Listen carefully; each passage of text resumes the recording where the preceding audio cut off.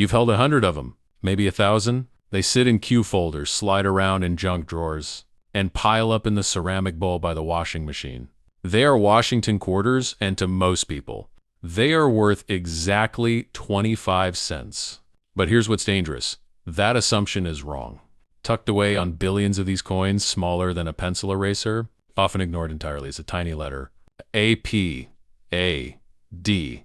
And in a handful of cases, that microscopic mint mark is the difference between pocket change and a five-figure payday. Collectors have been quietly scooping up these rarities for years. Meanwhile, the rest of us are feeding them into vending machines, tossing them into tip jars, or letting them scratch around in the bottom of an old purse. This isn't fiction. This is the silent reality of modern coin collecting. And three specific quarters, the 1991p, the 1981p, and the 1971DR at the very center of the storm. Part 1, the 1991p. Quarter, the Lil Went Sleeper. Let's start with the most shocking example. The 1991 Philadelphia quarter looks completely ordinary.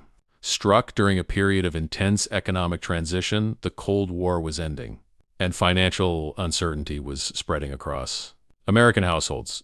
Philadelphia. Mint was working at maximum capacity. Millions upon millions of these quarters rolled off the presses and straight into heavy circulation. And that's exactly where the trouble began.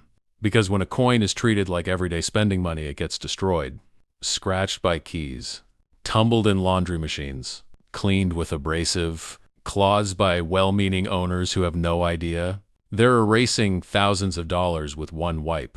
The result? Today, a 1991p quarter in exceptional, untouched high-grade condition is a ghost. What to look for?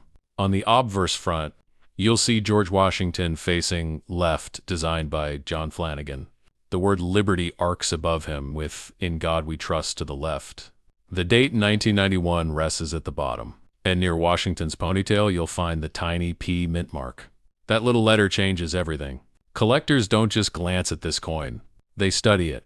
They obsess over the sharpness of the hair strands above the ear, the clarity of the cheek contour, the jawline texture. They tilt it under light to see if the original mint lust, or often called the cartwheel effect, is still intact. On the reverse back, a powerful eagle spreads its wings, clutching arrows below with olive branches beneath. United States of America are us above, and E pluribus unum sits just over the eagle's head. At the bottom, $quarter. Here's what most people miss. Weak strikes are common. Flat feathers, soft lettering, worn down details, that's the norm for a coin that survived 30 plus years in circulation. But a sharply struck, beautifully preserved example, that's when collectors start competing. The physical details matter. Weight, 5.67 grams. Diameter, 24 毫米. Thickness, 1.7毫米. Composition, copper nickel-clad copper core with cupronical outer layers. And one critical warning, never clean this coin. That natural, original surface, even if it has darkened or toned over time, is what collectors crave. A cleaned, polished, or wiped coin loses its soul, and with it, its value. Somewhere right now. A 1991p quarter worth up to $60,000 is sitting in a forgotten drawer. An old coin jar, or a loose cup holder. The owner has no idea. And that is exactly why this story is so dangerous. Part 2, the 1981p quarter, the survivor from a nervous era.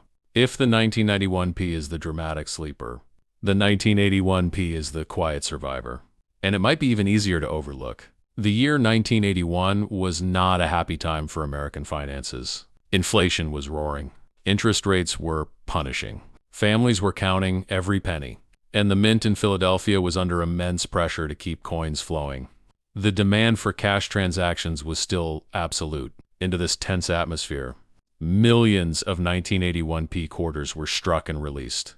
They looked normal. They felt normal. And for decades, people treated them like normal change. That was a mistake. Because here's the truth about the 1981p. Truly attractive. Original surfaced examples have become shockingly difficult to find. Most were worn down, damaged, or tragically cleaned by people who thought they were helping the coin. What makes it special? On the obverse, same Washington portrait. Same liberty, same in God we trust. Date, E. Tenjo by Bashi, mint mark. P. Philadelphia, located near the ponytail. But experienced collectors look deeper. They check the sharpness of the hair, the definition of the cheekbone, the flow of the original mint luster. A weak, mushy strike kills interest. A crisp, clean strike with untouched surfaces? That's when emotions take over. On the reverse, the eagle, arrows, olive branches, and lettering. Again, detail is everything. Those tiny feathers on the eagle's wing, collectors examined them under magnification. The lettering in E pluribus unum, if it's soft or worn, the value drops. If it's razor sharp, the bidding war begins. The hidden danger of normalcy. The 1981 P looks so ordinary that almost nobody saved it. That's the paradox. Because no one thought to preserve it. The survivors in high condition are incredibly rare. And yet every day people spend these coins without a second thought. They drop them into parking meters. They leave them in old coat pockets. They hand them to cashiers who dump them into registers that grind off even more detail. Do not be that person. If you find a 1981 P with strong details, natural toning, even dark antique shades, and original surfaces, stop. Do not polish it. Do not wipe it. Store it carefully and get it professionally graded. This coin has already outlived 99% of its peers in collectible condition. Don't let it become another casualty.